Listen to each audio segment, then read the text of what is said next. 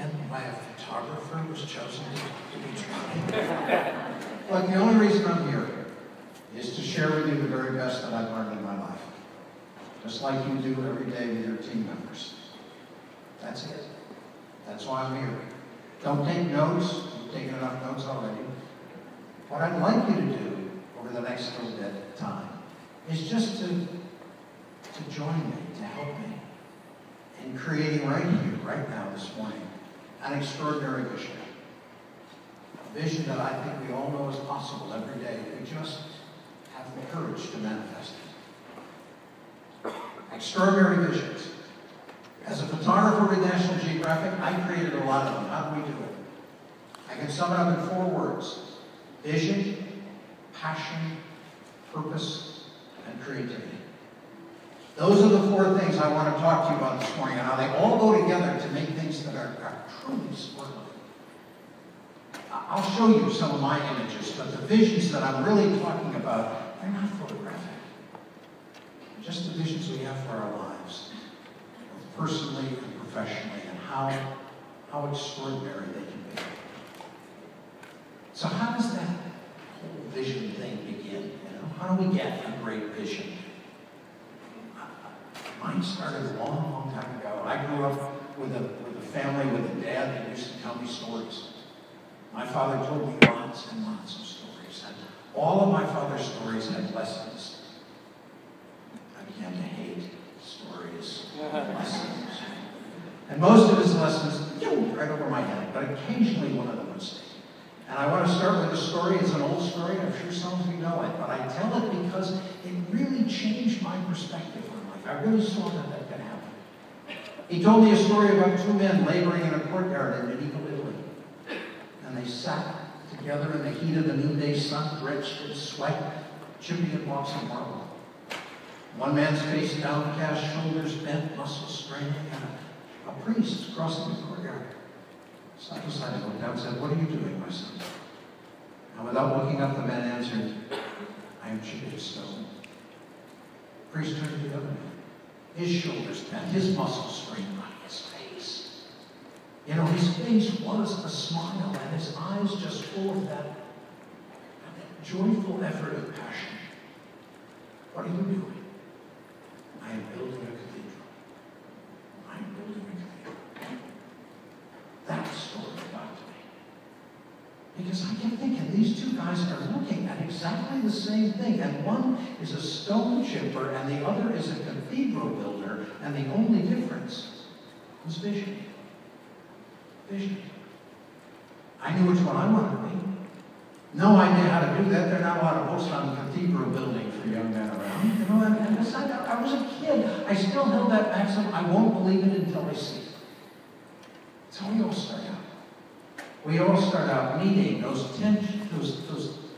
trainers, those mentors, those seminal experiences in our lives that show us what's possible. This was one of those seminal experiences for me, the National Geographic. Maybe it was for many of you. My family took this magazine long before I was born. By the time I got to be able to read, I'd grab it when I came into the house. I'd take it upstairs. I'd read it at night. My dad would say, "Turn out the light, Dwight, go to bed." I turned the light back on. I get a flashlight. I do whatever it took to stay up and stare at the pictures in this little yellow book. Pictures that showed me the possibilities the world had to offer.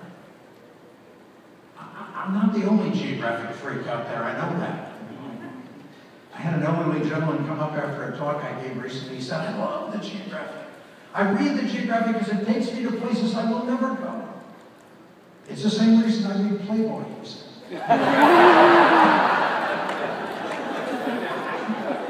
I never thought I'd shoot for them. I never thought I'd work for them, but they began to influence my vision long before I even knew I was a photographer. Because they had a wonderful vision. So simple, yet so profound. What they charged me every time they sent me out was to celebrate what was right with the world rather than wallowing in what's wrong. That's why we keep those silly old magazines. It's a national sacrilege to throw away a Geographic. You know that? If all the Geographics in the country disappeared at one time, half the houses would fall in on themselves. Because Because they're supported by big double columns in the basement. Why do we keep them? Because they celebrate what's right with the world. So I look at those pictures with that vision, and I fall in love. I fall in love with the world. And I feel what you always feel when you fall in love. I feel passion. You know, that energy that rises up from within. Great visions do that. They release passion. That energy just seems incoiled inside them. I look at those pictures with that vision and that energy, and in that moment, I transform the ordinary into the extraordinary. That's the moment of creativity. To me, that's all really creativity is. That moment where we look at the ordinary, but what we see in it is extraordinary. And we do that. We do that when we fall in love. With ourselves, with our spouse, with our family, with our job, with our customers, with our clients, with our community, with our country, with the world. At that moment, we stop being stone shifters and start to become cathedral builders and begin to focus an extraordinary vision for our lives. I had another experience when I was a freshman at Dartmouth College. Another experience that showed me great passion and vision. And I remember the whole school gathering into a place called Webster Hall to hear a grand old man say his poetry. And it was the poet Robert Frost, just the year before he died. Talk about passion. 86 years old, for 2 hours, he just held us in the palm of his hand, igniting us with his visions. And then he read a poem called Two Tramps in Mud Time. The red words I'll never forget. My object in living is to unite my avocation and my vocation, as my two eyes make one inside. Only when the love and need are one, and the work is play for moral space, is the deed ever really done for heaven and the future's sake. My object in living is to unite my avocation and my vocation. My vocation, what I had to do, what they paid me to do. My avocation, what I couldn't help but do. What I love to do. As my two eyes make one inside. And everyone in this room is doing that, uniting their avocation and my vocation. Just by falling in love with what they do. And you do. And that gives you incredible power. Boy, that night Frost took me out of the ordinary, showed me the extraordinary, and made me feel it.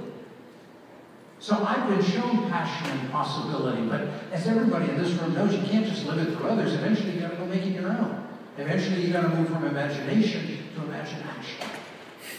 And I think the first time that happened to me is when I got to be a senior at Dartmouth. I'd been a drama major.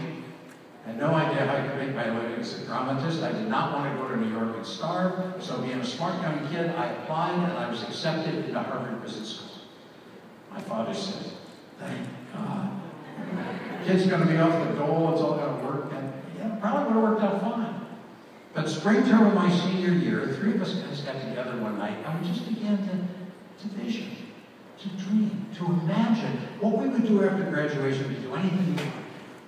And the hour got later, and the visions got grander, and sometime after midnight, we came up with this idea of kayaking 1,100 miles up the coast of Japan. Seemed like a hell of an idea at the time, you know? And I said, I'll make a movie out of it. I never made a movie before in my life. But I got up the next day with my first real vision and the passion that that vision brought with it. And so I withdrew my acceptance to Harvard and applied out to UCLA Film School to learn how to make movies. My father said, we've lost him. I went out to what he still refers to as the land of nuts and flakes. I got into the school. I got with some of the second-year graduate students because they knew something about making movies. I sure didn't. And together we wrote this great letter to the National Geographic Society about this hot young film director from Hollywood, who's going to make this great movie for him. Send it off. Lo and behold, I get a letter. I get a letter back from the Geographic saying, dear Mr. Jones, we're very interested in your proposal. We'd like to have you come to Washington and want you to bring some samples of your work. So in a week and a half, I made a 15-minute documentary on Olvera Street, Little Mexican Street in LA. Picked it up from a lab on a Monday morning, got on a plane, flew to Washington, walked into a Tuesday meeting, said, this is just a little something I picked off the shelf. It was still wet. And they looked at it. It was a terrible little film, but it was fine. And they finally said, okay, we'll tell you what we'll do.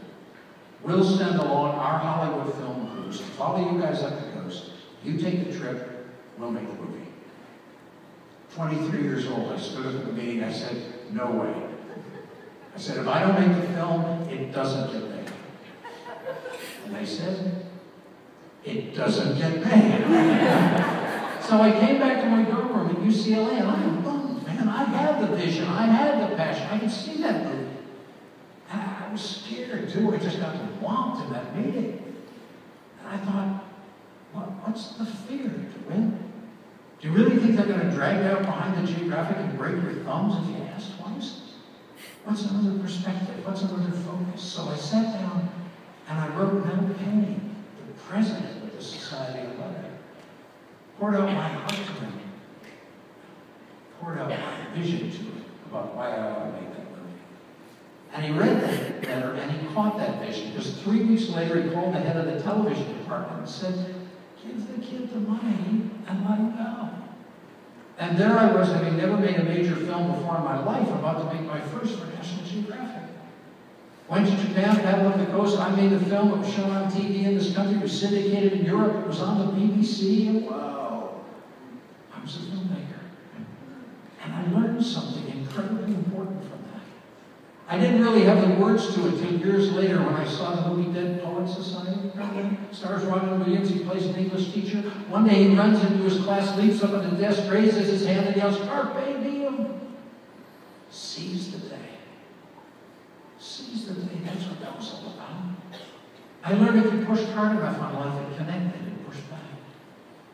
I learned that I can dream, the wildest dreams imaginable and at least have a chance of manifesting them into reality. And I learned that at a very deep level at a very young age.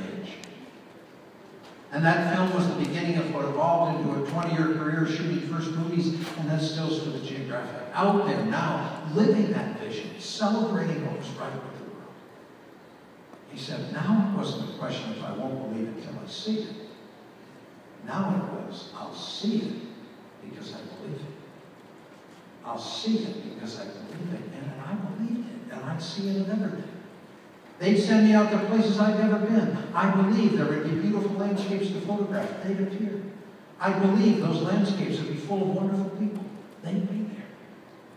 Celebrating what was right with the world. It was a vision that had purpose and passion for everybody in the organization.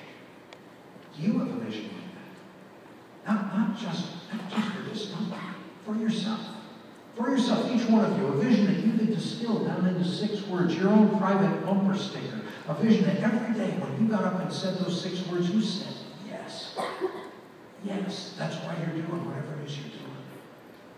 Because when the vision is clear, when the vision is just juicy enough, then passion and creativity are there as well. And when passion and creativity are there, discipline and commitment are non-issues. I know that. I know it because I lived it. If we can bring the lights down, please. I lived it. All of a sudden, I wasn't looking at those pictures on a printed page. I was there. I was there, and what an incredible place there was. From the tallest mountains, to rivers drenched in sunlight, to waterfalls and rainbows. I kept thinking of the words of the poet Robinson Jeffers, who wrote, is it not by his high superfluousness that we know our God?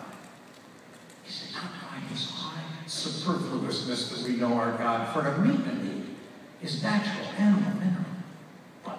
But to throw rainbows over the rain or hide them in seashells. Everywhere I looked, there would be amazing beauty for me to photograph, and in those landscapes were lessons that would change my life. The conservationist John Muir once wrote, when we try and pick out any one thing by itself, we'll find it hitched to everything else in the universe. And the more I photographed, the more nature showed me that connection and beauty graced by light. And you know, in the geographic's view, man was not something separate from this. Just as magical, just as unique as anything else on the planet. And the more I just went out and celebrated the best in humankind, the more I could see it. I could see it in the faces of those who work, or the body language of those who play, those in their youth, or in their age. Can you believe this guy? I thought this was going to be a good picture before he smiled, right? I could see it. I could see that light. That light that shines not on us, but from within us. From within us when we have the courage to let it out. It was the same light I'd seen in nature that didn't seem to have to trust to expose itself. It just graced us every day with the delicacy of a flower, with the light of a breaking storm. And it was my job to celebrate it, the very best we had to offer. And the more I believed it, the more I would see it. Everywhere I looked, the banquet was laid. And yet, you know, the strange thing was that the more I shot for the geographic, the more I found this strange tension growing up between the worldview of the geographic and the worldview that I've been raised in since I was a kid. You know, my intellectual paradigm, if you will, my stone shipper's paradigm. I mean, you all know it. The allocation of scarce resources, the law of the jungle, eat or be eaten, my win is your loss, second place is the first loser. I saw that on a t-shirt the other day. You know? I'm sorry, but that is a very depressing way to look at life. Now, maybe it's how we had to look at it when we dragged ourselves to the mouth of our cave and ran into a saber-toothed tiger, but come on. Everybody in this room is playing life at a lot higher level than that. And yet when we get scared or fearful, that's the paradigm that rises up. But that's not what nature was showing me. Nature was showing me incredible beauty and possibility standing just beyond the rat race, saying, hello, hello. All was there if I was open enough to see it. I mean, come on, Mother Nature never stood in front of a forest and said, there is one great photograph hidden here. One photographer will find it, and the rest of you will be hopeless losers. Nature said, how many rolls you got, DeWitt? Bring it on. Bring it on. I'll fill it up. I'll fill it up with beauty and possibility beyond your wildest imaginations. Right down to my tiniest seed. And that was just a much more elegant philosophy, a much more compassionate way of looking at the universe. And at some point, I just decided to embrace it. I just decided that if I had a choice between a world based on scarcity and fear, and one based on possibility, then mankind was choosing possibility. And no matter how dry and desolate, no matter how bleak and devoid of possibilities a situation might seem, that I would just believe that if I could fall in love with it, in this case, just by dropping down into that slot canyon and looking back the other way, I could find a perspective that would transform the ordinary into the extraordinary. Nature was sharing with me one of the most important lessons. Time and again, she would show me that there's more than one right answer. There's more than one right answer. God, it seems so simple, but it is the key to creativity. There are 1,000 ways to come at any challenge to find that extraordinary view, and I know it so easily from my photography, but sometimes it's just so hard to bring over the rest of my life. They sent me to the little town of Smith River. They raise about 80% of the Easter lilies in this country around that village, and that's the story that I have to tell. And I've got a perspective where I got to pick lilies and unpick lilies, the boy picking them in good body language as he puts them in the box, a little bit of the region's architecture, the weather. One right answer. A pretty good one. But boy, as a photographer, I never think of stopping there. I took this picture immediately, I grabbed another lens, walked over a couple rows, knelt down, and found another right answer. Same parameters of the problem, now seen from a totally different point of view. And my favorite right answer that day was this one. This is an advanced levitation technique that I'll be teaching just as You know, somebody had a conquer in the fields. I get a ride, get up a couple hundred feet, look down, see the extraordinary and the ordinary. 3 right answers. So many things begin to change in your life when you come at the world from that perspective of more than 1 right answer. I mean, first of all, you don't stop at the initial right answer. Come on, that's just doing our job. Nobody in this room would be here if you stopped at the first right answer. But the kick is that when you really believe it, then as you press out every day looking for that next right answer, you do so not in terror, but comfortably, knowing it's going to be there for you. And you really do begin to embrace change rather than fear it. You really do hit the day with a sense of possibility, not paralysis.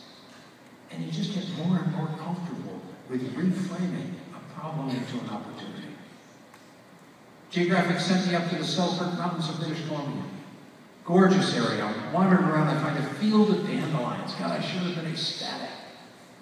But I was not in the seized of any kind of mood, you know? And I looked out over that field, I just took a snapshot, I said, I don't know, the light's not quite right, I'll come back tomorrow. I didn't engage. We all know what happens when you don't engage. Tomorrow turns into the next day turns into the next week, and by the time I got back to that field, no more dandelions. I had puffballs. I wanted dandelions, I had puffballs. And I'm just about to leave when this little voice in my head says, DeWitt, what's here to celebrate? What's right with this situation? You wanted dandelions. You got puffballs. Puffballs. Puffballs.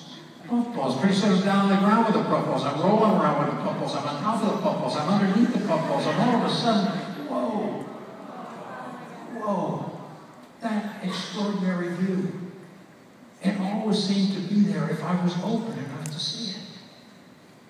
So when we come at the world from that perspective of more than 1 right answer, not only do we comfortably learn how to reframe problems into opportunities, we also begin to lose our fear of setbacks or mistakes.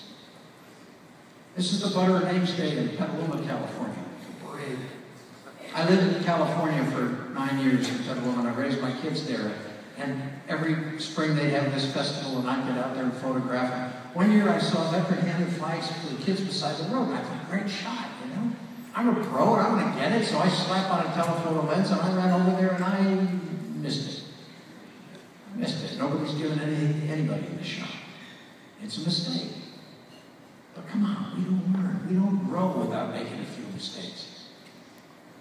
You know, when I worked at the Geographic, the average Geographic article was shot in 400 rolls of film. That's over 14,000 images to get the 30 that go in an article. And now with digital, it's twice that. I'm not thinking about making mistakes. I'm looking for the next right answer. Did I get it? No, I got E.T.'s hand over there on the right. You know, amateur photographers will come up to me sometime and they'll go, DeWitt, how many good ones do you get in an 8-gig card? I said, I'm sorry, that's the amateur question. That's the question based on fear of making mistakes. I turn it back to him, I say, that's the amateur question. The professional question is, did you get it? Did you get it? I mean, we all know when those right answers come into focus in our lives, they just go, boom, you know, you got it. But it doesn't happen unless you're willing to press out on the edge of your own comfortable envelope, to take the risk to look for that next right answer. I mean, come on, it is not trespassing to go beyond your own boundaries. How many good ones to get in an 8-gig card? No. Did you get it? So how do we answer that question? Yes, every time. When I take off after an extraordinary vision, there were 4 steps that I try and go through. And the first one was to train my technique. Train my technique. Because vision without technique is blind. It's fine to have a wonderful vision, but if you don't have the technique and technology to manifest it, you have nothing. So I spent days, weeks, months with my technique, f-stops and shutter speeds and strobes, so that when nature did open a window of opportunity, I wasn't worried about what lens was on my camera. I was there ready to capture it. I call this one midlife rebirth.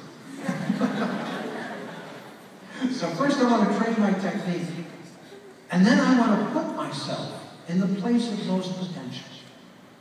So if nature's going to open up multiple windows of opportunity, what do I have the best chance of finding them? I was doing a book on Lake Powell for the Geographic, and I was flying in after doing some morning aerials, and I looked down, some of you can see it over there on the right, there's a little road and a car. God, I didn't even know anybody could get out there. But seeing it, I knew it was possible. So I came back to my campsite, I looked at my maps, that point was in the perfect direction. I looked at another book, figured out the day I wanted to be there, rented a 4-wheel drive, stuffed it with provisions, bumped all the way out to that overlook, but boy, I was there in the place of most potential the night the full moon rose over me. And when you're there in the place of most potential, with your technique down, those right answers just keep coming. Train your technique. Put yourself in the place of most potential. And then the third step, and it seems like the easiest, but I really think it's the hardest. And that's just to open to possibilities. Possibilities you never dreamed of. I was doing a little story on Marine World, and I shot the killer whales and the dolphins and the tigers and the water skiers. I had it, man. I was going back to the car. I was done. And just out of the corner of my eye, just out of my peripheral vision, I saw this thing called a dancing fountain. I mean, you've seen it. The water comes out of one, goes in a big parabola into the next one, out of that, and it looks like a big worm going across the horizon, right? And this kid has his hand on the source. And he's waiting, and so am I. And he's ready, and so am I. And I know what that next right answer is going to be. And man, I nailed it. But I'm not putting on the brakes. I'm not shutting down the possibilities, because if I did, I never would have seen this one. Just being open to possibilities we never dreamed of. When the great photographer Minor White would go out to photograph, he would never say, "What will I take today?" Rather, he would ask, "What will I be given today?" And I would add, "Will I be open enough to recognize it?" Train your technique. Put yourself in the place of most potential. Open to possibilities. And then finally, focus your vision by celebrating what's right in the situation. Live that vision to geographic. So no matter how weird a situation I walk into, the first thing I'm going to ask is, what's here to celebrate? What am I falling in love with? Well, in this case, it's easy, because that happens to be my daughter, right? So I know what I'm falling in love with. Most dads would help their daughter in this situation. Dad, I'm turning blue. Don't worry, I got color film.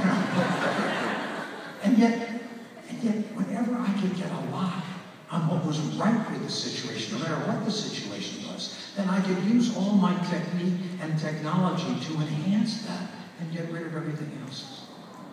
Instead of starting, as we so often do, by just griping about what's wrong with the situation, what's right with it? Because that connects us with our passion. That emancipates the energy. By celebrating what's right, we find the energy to fix what's wrong. As Michelangelo once wrote, "I saw an angel in the stone and carved to set it free." I saw an angel in the stone and carved to set it free. So that just became the way I would shoot. I mean, they'd send me out to amazing places like Rose Spit at the top of Graham Island and Queen Charlotte's in British Columbia. And on that magical piece of real estate, the Haida Indians believed that mankind first came into existence when Raven opened up a clamshell and let him out. And I was lucky enough to be there one evening with 2 Haida dancing on the beach. This is one of the first pictures, the drummer in the background, the boy dancing with the paddle in the foreground. And I'm saying, what am I falling in love with? What's right with this situation? And at that moment, it was just the boy's face, so I zoomed in with my telephoto. And I'm loving this shot, but he's in there, but I'm taking it. This little voice in my head says, "DeWitt, DeWitt, you're too close. It's a nice right answer, but you've forgotten who this boy is or where he is. It's now just a shot of a child. It's no longer a shot of a Haida." So even though this was a really nice right answer, quickly, easily, comfortably, I let it go. Zoomed back a bit, picked up the paddle. Much better photograph. In fact, the Geographic agreed and ran it as the opening spread of the article. And what I began to see is that, it's not about finding the right answer. It's not even about finding another right answer. What life is about is continually finding the next right answer. Twisting that focus ring of our lives back and forth, keeping that extraordinary vision in focus. And the more I did that, both in my photography and in my life, and this is one of the most important things I can share with you, the more I would find that the difference between a good frame in my life and a truly great frame was usually measured in millimeters, not miles. That close all the time if I was open. Good frame, a morning glory on the beach in Maui, 10 inches away. Great frame, great frame. Good frame, a cowboy in Bryce Canyon, believe it or not, named Binky. I'm taking Binky's picture and I'm loving it, but even as I'm taking it, I saw another cowboy walk out of the bar behind him, and as he crossed the threshold of the doorway, this beautiful shaft of light hit his face. And so as he moved away, I just backed Binky up about 30 feet. Great frame. Great frame. Good frame. The Golden Gate Bridge at sunset with the new moon rising. Man, how does it get any better? 15 minutes later. Great frame. When we believe it, we'll see it. So I'm looking out in the audience and I'm seeing some heads going up and down. You folks know some of these techniques. God, you wouldn't be here at this level if you didn't. So my question this morning is, where do we go from here? Where do we go from here? You guys are all really successful, but how do you take it to the next level? How do you go beyond the home run? I've been thinking about that in my own life. How do I take it to the next level? Thinking back over my whole career, thinking back to that first day when I first had the courage to stick my head out there and begin it all. And I got out there just like you, and I had goals and I had aspirations. I was working, I was flapping. There was a lot of flapping going on in the beginning. Trying to get up on the step, competing with all the others who were working and flapping right next to me. But I got better at what I did, just like you have. I got up there and a little bit, and it began to clear out, and there weren't so many